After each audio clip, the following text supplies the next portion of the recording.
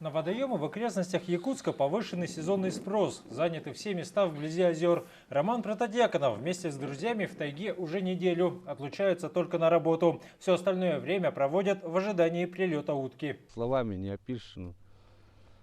Когда вот утку подстрелишь, сам домой отвезешь жене.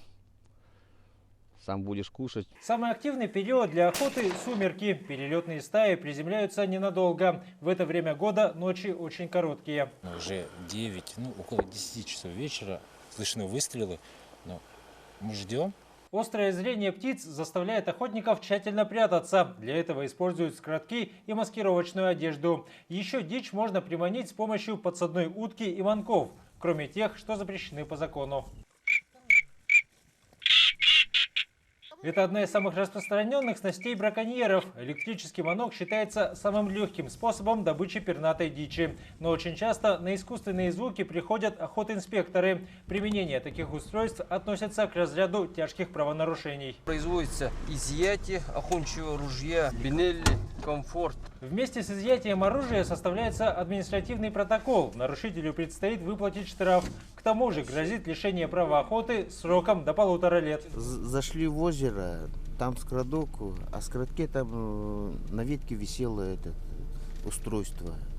Мы его включили, а отключить никак не могли.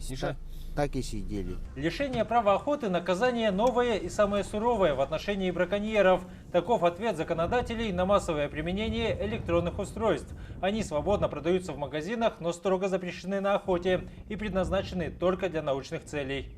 Только 2 черка добили. Например, некоторые стреляют много, по-моему.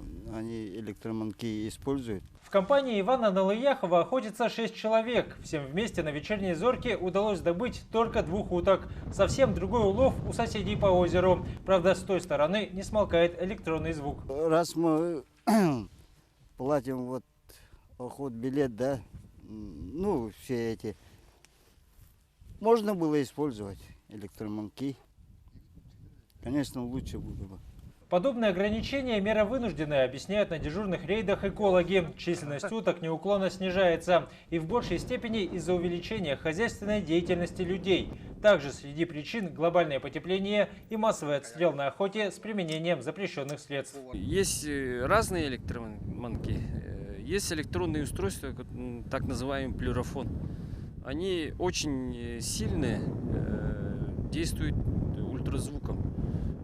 Могут манить уток даже почти больше 5 километров. Почти даже до 10 километров может дойти.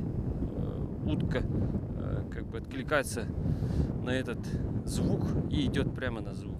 Браконьерство на реках и озерах Якутии процветает независимо от времени года. Но именно весной любителей легкой добычи особенно много.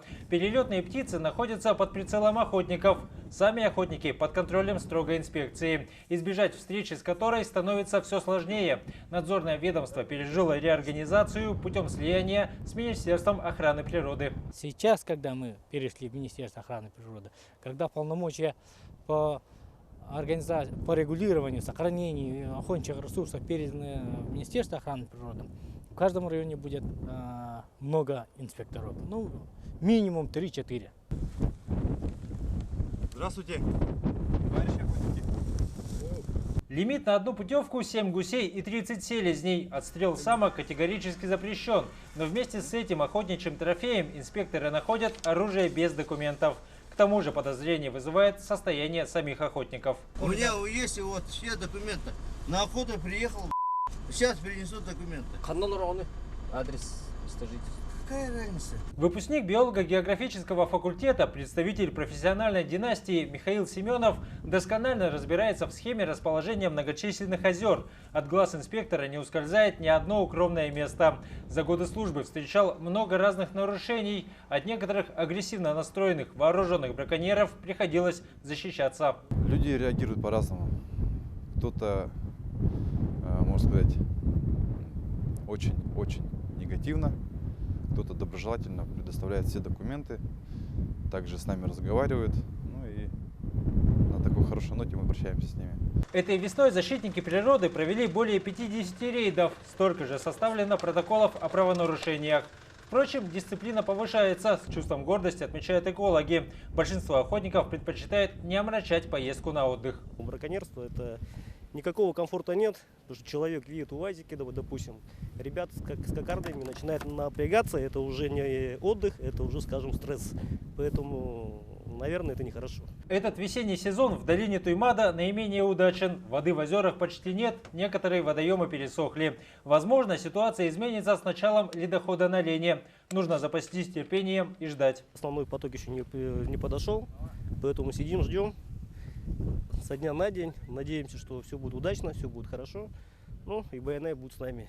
В этом году в центральной и южной Якутии сезон охоты завершается 17 мая. Чуть севернее на Вилюе на 4 дня позже. В самой крайней арктической зоне оружие придется зачехлить 6 июня. Наиболее отчаянные охотники, желая продлить срок официального азарта, непременно поедут за стаями птиц, где также могут встретиться со знакомыми инспекторами, командированными для наведения порядка. Дмитрий Макаров, Владимир Ермаков, Вести, Якутск.